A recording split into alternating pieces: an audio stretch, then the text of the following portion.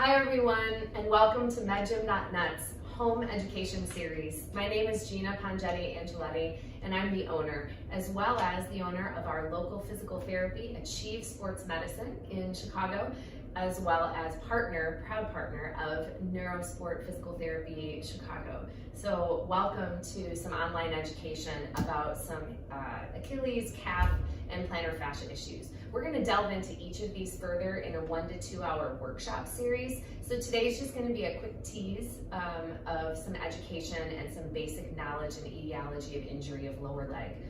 I've been talking to a lot of dance company directors, college gymnastics coaches, as well as some of our professional theater choreographers and performers about the incidence of lower leg injuries and how the treatments that they've been going through haven't really been working. So today is really not to endorse or talk about certain treatments that are going to be the best for you, but to really describe to you the anatomy, the kinesiology, and the issues going on in the foot and calf, and where I think some of the shortfalls are. So categorically, we have injuries that we're going to talk about. We have the lower leg injury, which is the calf, made up of the gastrocs, the soleus, and then on the inside of the leg, the muscles that invert your foot, and on the outside of the leg, the muscles that evert your foot or pull you out. Some of them push down and in, or down and out, and some of them pull up and in, or pull up and out. We were made really curiously and interestingly as humans. If all of the muscle bellies of the muscles in our foot that controlled our toes and our feet and our ankles were located in our foot, A, from a physics perspective, there wouldn't be enough length or torque to make them actually work, and B, we would have this humongous foot that would be bulky like our quad or even our calf.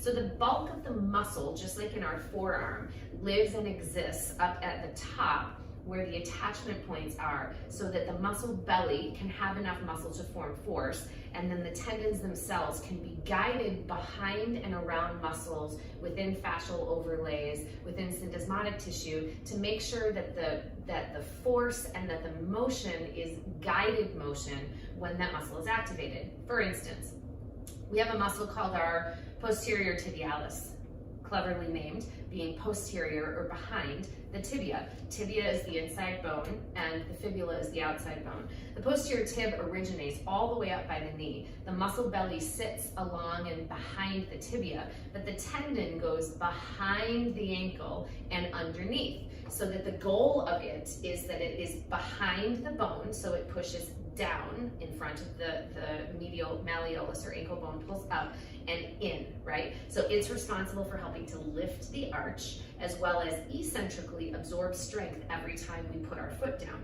Very important in barefoot sports, such as dance, gymnastics, and incredibly important in cleated sports like soccer, where you're really always on the inside of your feet because of agility, as well as in skating, where you're actually trying to purposely be on the inside or the outside edge of your blade, right? Outside, we have perineals, which insert all the way up at the fibula, and they go all the way down the ankle. We have the perineal brevis, which is in the front of the ankle, which goes up and out. And then we have the longus, which goes behind and actually inserts a little bit on the, tertius in the front, and brevis, which goes to the shorter aspect, and then longus, which goes underneath. Those, of course, are eversion muscles, and those are responsible for essentially preventing ankle sprains, which is why if you go to roll your ankle in and at some point in time you tweaked it and you have a little bit of irritation, most of the time that's because the muscle tried its hardest to push against gravity and motion and force and try to correct that injury that you had. Let's go down to the foot. So let's just do this, not specifically anatomically, but for all purpose. You have your heel, your calcaneus, and then you have your metatarsal heads, your first all the way through your fifth. Your fifth, which is your pinky one, is often considered that Jones fracture, where the perineal brevis actually, where it inserts to that fifth met, becomes an issue on ankle sprains, real common in balance beam injuries and skaters as well. So in between these two areas, you have this mush of tissue in the middle, which is where your plantar fascia is. You have plantar aponeurosis. You have your medial plantar nerve, which sits right on this edge and often is an issue and gets entrapped within scar tissue or irritation on the bottom of the foot. Plantar fasciitis. Fasciitis is just the irritation of the fascia. Fascia is meant to allow support structure to the bottom of the foot. Of course, every time that we take a step, our arch should drop and then lift again. Your navicular at the head of that, obviously your cuboid moves. Your talus is kind of the saddle, if you will, of your foot to allow the foot and ankle motion to move. How this gets irritated? Two ways. People ask all the time, low arches, high arches, which are worse? Both bad, right? So if you have a really flat arch, your foot's gonna turn, you're gonna turn in, you're gonna have some medial knee pain, you're gonna have lateral compartment compression, but you're also gonna obviously have a foot that collapses down. If you have too high of an arch, every time you take a step, from a ground reaction force perspective, the force that you put through isn't going to be springboard absorbed, because your arch, if it's a static versus a dynamically high arch, isn't going to be able to absorb some of that force that you push down with when you take a step. The goal is that it pushes down and it springs back up again. If you have a really high arch, orthotics will bring the ground to your arch so that you don't drop as much, and therefore it doesn't affect up the chain. I'm gonna stand up and you'll just take a peek at my foot while I'm doing this. You can tell, but as I'm standing, if I drop my arch or if I open, you can see my tibia actually rotates in and rotates out as my arch drops. You can actually see my femur actually rotates in and rotates out as my arch drops. If I have completely flat, often people kind of cave in when they land. Gymnasts and dancers often do it because when we turn out, if we're landing skills, it actually pushes that inside of the foot in, which, if you can tell, makes my knee go in a direction where, instead of it being a neutral and going over your second toe, it actually allows it to go in. Stresses your MCL, stretches out your ACL, all kinds of things that you don't want.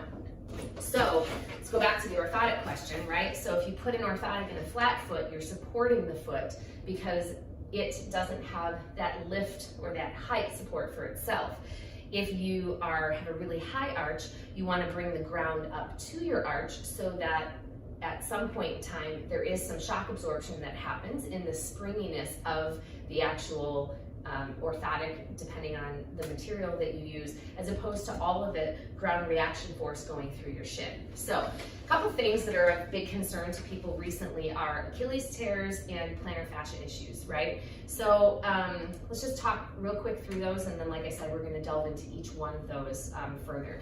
So your Achilles is actually, for the most part, a non-pliable piece of tissue. It is a tendon, and it is the coming together of three of your soleus, which is the deep muscle, which works when your knee is in a bent position, and your gastrocs, which you have a medial head and a lateral head. All three of those come together somewhere around here. We call it the musculotendinous junction. And as those come together, they actually form the Achilles, which inserts into the heel. What are some injuries and how I go through an algorithm of diagnosing somebody with what they're going through? Well, you have a bursa in the back because the Achilles sits where, if there isn't a bursa, every time it moves, it would rub against the back part of the calcaneus. You can have a posterior ankle injury called as trigonum. You can have bursitis of that bursa. You can have insertional Achilles issues right at the bottom of that heel where the actual Achilles inserts. Often those are characterized by not only pain in the back of the heel, but what we call a splay injury, so that it actually feels like someone is squeezing the back of their Achilles.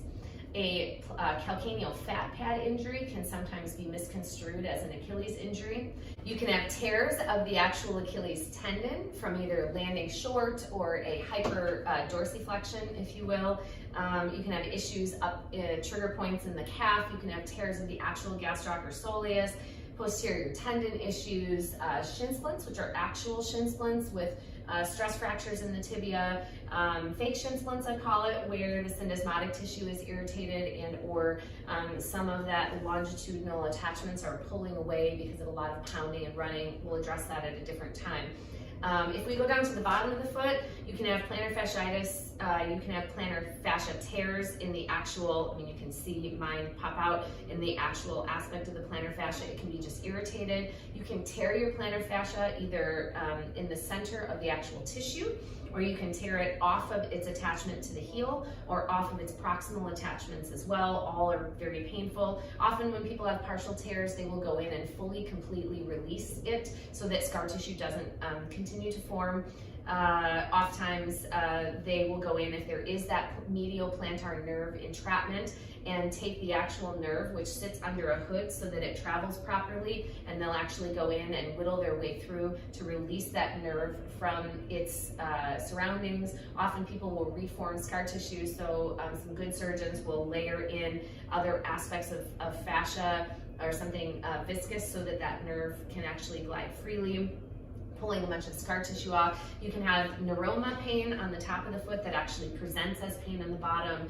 You can have sesamoid issues, which are the two little bones on the bottom of the foot that guide your flexor hallucis longus, which is actually a specific tendon that just bends the big toe, which is super important for digging in and for balancing and for arch lifting. So there's all kinds of things that can happen in the bottom of the foot.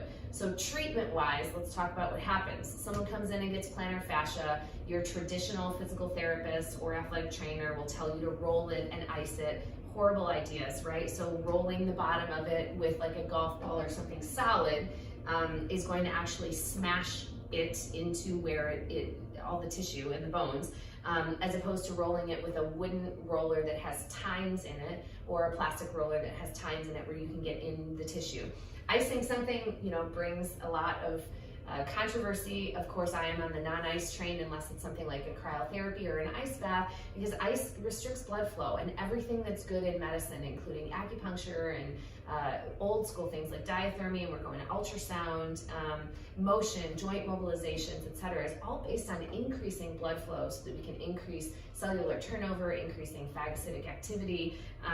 And ice, although it takes away current inflammation, and it's good to do like to a pitcher's shoulder immediately after pitching to prevent irritation, or an ankle, and dip it in. From a perspective of 20 minutes on, it really doesn't do very much, and we'll delve into that as well. So someone comes in and they rub your plantar fascia, and they might grasp in it to increase, local blood flow and help that tissue. It's actually a metal tool that glides along it to create purposeful injury. You can do it on the Achilles and in the calf as well. You can do ART, where you're getting in and you're actually releasing the tissues and the scar tissue, or we can pretty much understand that if we have issues of Achilles and we have issues of plantar, we have to go all the way up to the calf and the hip and the glutes to actually fix most of the problem, right? So the calf is where the muscles live, right? And if you don't work on the calf and release the calf and allow everything to move properly, nothing in the foot is gonna work. Trigger point dry needling to all of the medial and lateral musculature, as well as the soleus, is important. ART is so key to making sure that you actually get in between the muscle bellies to allow each one to move the way that it should, ringing in and getting behind the tibia and you can get behind mine, able to get behind that tibia, which allows all of this tissue in your posterior tib to function and to be free, allowing that FHL, which glides along here, to function properly. All of the perineals, all of the eversion muscles, all of your inversion muscles, plantar flexion muscles, to release those so that your foot and all of the joints in your foot can move properly. Joint mobilization for especially talus and cuboid and cuneiform, as well as navicular, incredibly important to make sure that your forefoot, the front of your foot and the back of your foot can move independently, to make sure that your dorsiflexion available motion, so how much motion there is in pulling your foot up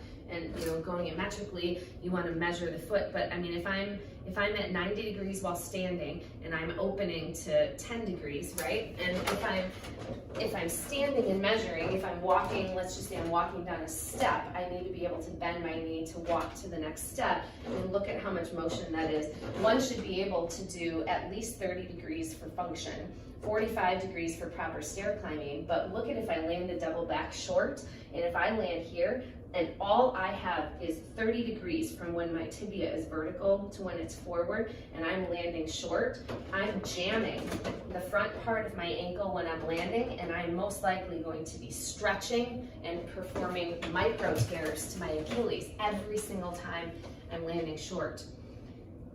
Oddly enough, open chain dorsiflexion, which is when you measure it, when you pull up, we want 10 to 20 degrees of active motion. When we're standing, we want about 30 to 45 degrees with a straight knee. When we're measuring that dorsiflexion I just showed you while standing, when you bend your knee, you want 45 to 60 degrees, right? That's 60 degrees of available motion, because if someone lands short and they still have motion and their heel is actually on the ground and gravity is coming down with someone's chest being down and the weight is pushing into it, you're either going to tear your Achilles, jam the front of your ankle, and cause other issues. We see a lot of talar dome issues, talar dome bruising, OCD, osteochondritis dissecans, but we also see a lot of chronic micro tearing in the Achilles, which makes it thicken and it makes the attachment issues a problem. Most of the time when someone tears their Achilles, unless it's a freak accident, if you look backwards, you would be able to have known that something like that was going to happen based on the arthrokinematics of their landings, right? Kinesiology. From a strengthening perspective, super important to do your four-way ankle bands, super important to do your intrinsic foot motion, sit on the floor, make sure you're picking up your marbles and you're tenting your arches. Really important to do what dancers do and actually push halfway down, demi, and then pull up and open, making sure that you actually work on that pinky toe opening so that you can work on the stability of the outside of the ankle, lots of balance on uneven surfaces, Airex pads, right? Straight knee, bent knee, straight knee and bent knee with motion in this direction, with motion in this direction, and with motion in this direction, which is all three planes of motion, right? But most importantly is that manual therapy to the upper. You can do some things on your own by taking your trigger point balls, put one on the bottom, put one on top, and working behind that shin to release the tension of all of those muscles. You can move the bottom one down, that's just the counterpoint to work that as well. You can use trigger point products, regular foam rollers just aren't enough for this, and make sure that you're rolling your calf, make sure that you're rocking back and forth, make sure you're doing gliding motion with it. You can put your leg on top, but you can also put your foot on top so that when you're lifting, there's more motion to it. Super important to release. From a strengthening perspective and kinematics perspective, the balance to an Achilles is your glutes, right? So when your glutes and your hamstrings, when you're landing something eccentrically and you want your calf to work to slow down the progression of your shin moving forward, your glutes, you are going to be hip flexed at the same time, and your glutes, which naturally extend your leg, right? So your glutes take your thigh and move them backwards. When you're landing something on the ground, picture the floor down there, you're actually leaning forward, which is still your glutes working to disallow your chest to falling forward.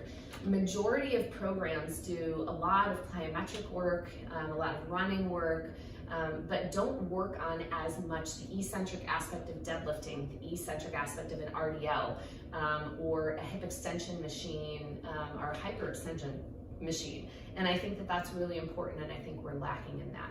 We have a lot of questions about plyometrics and is jumping too much for conditioning in a sport that already allows you to jump? Well, my answer would be, I mean, a gymnast, a dancer, someone on stage dancing in anything, Hamilton, Mary Poppins, doesn't matter, is doing a lot of releve work and plantar flexion work to begin with when they're jumping. But the problem is they never do a full motion all the way up and control down, because it's in the midst of choreography and performance. So making sure that we work on eccentric, where 2 foot up and then 1 foot down with all your body weight, or loaded eccentrics is really important. Some people are naysayers of that, but when you add force into tumbling and you're at 3 to 5 times your body weight, you got to put sometimes 2 to 3 times your body weight on the muscles in order to strengthen them, to prepare them for what functionally is going to happen anyway, right? Doing a lot of jumping jacks, a lot of short, fast twitch muscle work is important, but honestly, a lot of injuries happen on takeoff and set. but a lot of injuries happen when landing short too. In theatrical shows, when people are fatigued and their glutes and their quads and their hamstrings aren't working together, a lot of strains happen from actually trying to get the motion to come from the ankle, as opposed to making sure that the force of the motion of vertical jumping and any sort of choreography comes from the hips. So manual therapy wise, Graston in order to restart the injury process is important. Bruising is too much, so just make sure you're careful. Trigger point dry needling is absolutely essential to take that guarded muscle that doesn't want to lengthen and will guard and tighten, which will make that Achilles pull off that calcaneus more and make sure that that's relaxed. Remember, trigger point dry needling fixes up here, not here, right? It fixes that responsive nature, not necessarily not necessarily like a manual trigger point or massage therapy. You want to make sure cupping is important to make sure that there's local blood flow everywhere. ART is essential in the foot, in the intrinsics, joint mobilization of all of the ankle and the foot to make sure that the motion is there, and then movement analysis, right? Dorsiflexion is an amazing software. We do it all here in the office where we can analyze your jumping, we can analyze your reaching and your leaning, what your foot does, your ground reaction force from a physics perspective with ground contact, and to see how much force is actually coming through as opposed to what is being absorbed and managed by your hips. So we're going to do a separate Achilles one, a separate plantar fascia one, and then a lower body strengthening for the prevention of issues that go on in the ankle. So make sure you stay tuned for that. You can hit medgym.net for sure. You can go to achieveorthosports.com and check out all the links as well. Thanks, and be well.